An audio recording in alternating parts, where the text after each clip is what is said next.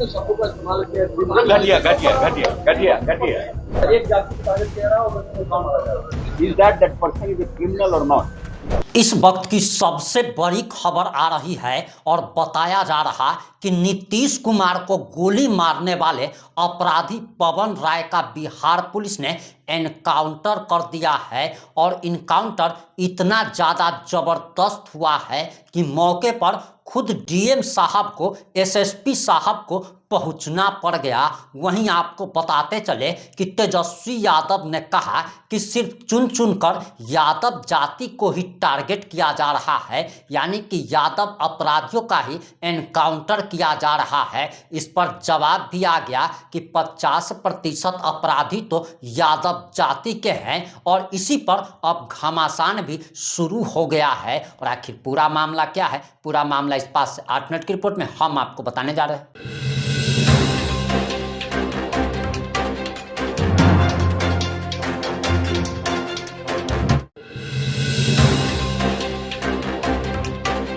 नमस्कार, मैं प्रिंस कुमार सिंह और आप देख रहे हैं पॉजिटिव इंडिया। अगर अभी तक आपने चैनल को सब्सक्राइब नहीं किया है तो खबरों से अपडेट रहने के लिए कृपया चैनल को सब्सक्राइब कर लीजिए और जो लोग ऑलरेडी कर चुके हैं तमाम लोगों को हृदय धन्यवाद। अब वापस आते हैं अपनी खबर पर और आपको हम सारी जानकारी देंगे। एनकाउंटर के बारे में भी बताएंगे, नीतीश कुमार के बारे में भी बताएंगे, लेकिन आप सबसे पहले अशोक चौधरी का जरा इस बयान सुनिए।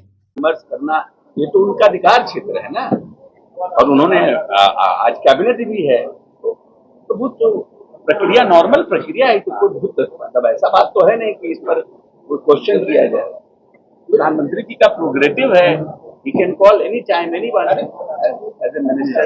Chief Minister also can call. लेकिन राहुल गांधी ने जिस तरह से शब्दों का इस्तेमाल किया, घटिया घटिया घटिया घटिया घटिया घटिया घटिया मजाक। देश के प्रधानमंत्री का किसी भी स्तर पर और खास करके देश के प्रधानमंत्री जब विदेश के दौरे पर हों तो प्रधानमंत्री के बारे में इस तरह की भाषा का प्रयोग किसी भी राजनीतिक दल के लिए और किसी भी देश के प्रधानमंत्री के लिए उचित नहीं।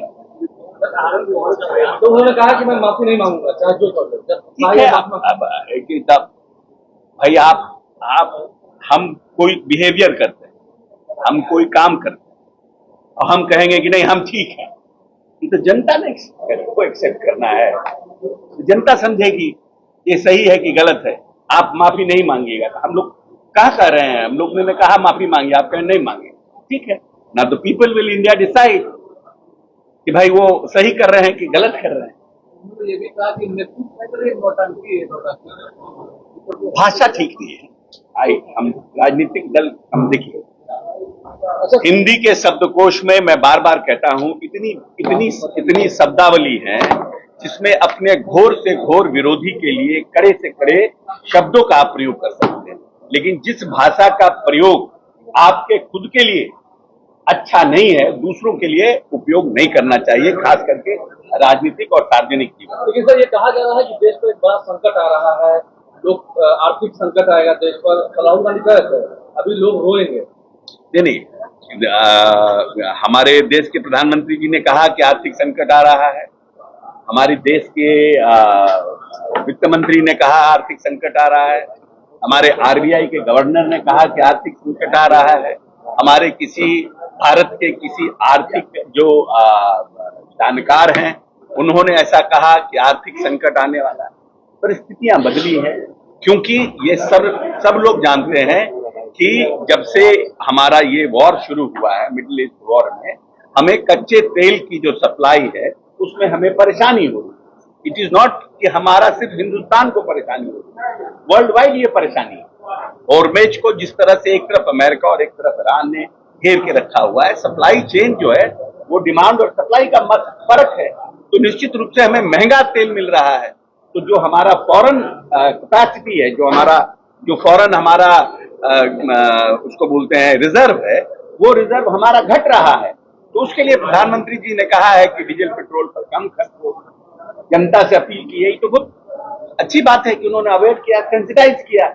उन्होंने कहा फॉरेन ट्रिप कम करिए जिससे कि हमारा फॉरेन करेंसी जो है कम खर्च हो। अब इसको आप आर्थिक संकट से देख के जोड़ रहे हैं और आप बोल रहे हैं कि देश में आप देश की जनता को डराना चाह रहे हैं। आपने कहा कि गोल्ड कम खरीदिए, इसलिए कि जब आप गोल्ड खरीदते हैं तो हमारा फॉरेन करेंसी जाता है। तो सिंपल उन्होंने स्ट्रेट शब्दों में प्रधानमंत्री जी ने सेंसिटाइज किया। अब आने वाला समय मैं समझता हूं कि देश एक मजबूत हाथ में है और जो लोग हैं वो आर्थिक परिस्थितियों को अच्छी तरह से समझ रहे हैं, तो देश के जनता के हित में निर्णय होगा। कोई परिस्थितियां ऐसी विषम आएगी भी। एक तरह से बिहार में विपक्ष नेता कह रहे हैं कि जाति विशेष का एनकाउंटर किया जा रहा है, कि एक जाति विशेष का एनकाउंटर टारगेट किया जा रहा है, एक जाति को टारगेट किया जा रहा है और उसको काम किया जा रहा है। Is that person is a criminal or not? Is that person is a criminal or not? So you want to protect a special caste just because he is a criminal? प्रश्न ये नहीं है कि वो जाति किसका है, प्रश्न ये है कि वो क्रिमिनल है कि नहीं है। जिसका भी पुलिस से मुठभेड़ हुआ वो आदमी, वो व्यक्ति क्रिमिनल हिस्ट्री का था कि नहीं था? क्या स्तर हो गया राजनीति का, क्या स्तर हो गया राजनीति?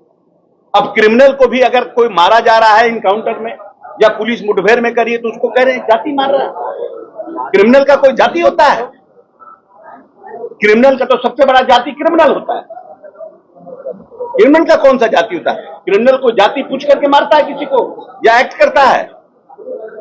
हम समझते हैं कि पूरी तरह से जो है कि आज जो बिहार के विपक्ष है उसकी राजनीतिक सोच और पॉलिटिकल सेंसिबिलिटी जो है नगण्य हो गया है। अब मीडिया रिपोर्ट्स के अनुसार जो जानकारी आ रही है जरा आप उसे भी जान लीजिए। और दरअसल बताया जा रहा है कि किशनगंज में बंगाल सीमा से सटे बालूबाड़ी में एनकाउंटर हुआ है और बताया जा रहा है कि इसमें कुख्यात अपराधी पवन कुमार राय को बिहार पुलिस ने गोली मार दी है और सदर थाना क्षेत्र के बंगाल सीमा से सटे बालूबाड़ी बस्ती में रात पुलिस और अंतर्राज्यीय अपराध गिरोह के बदमाशों के बीच मुठभेड़ हुई और गिरफ्तारी के लिए पहुंची पुलिस टीम पर बदमाशों ने फायरिंग शुरू कर दी, जिसके जवाब में पुलिस ने भी जवाबी कार्रवाई की और मुठभेड़ में गिरोह का सरगना कटिहार निवासी पवन राय को गोली लग गई है।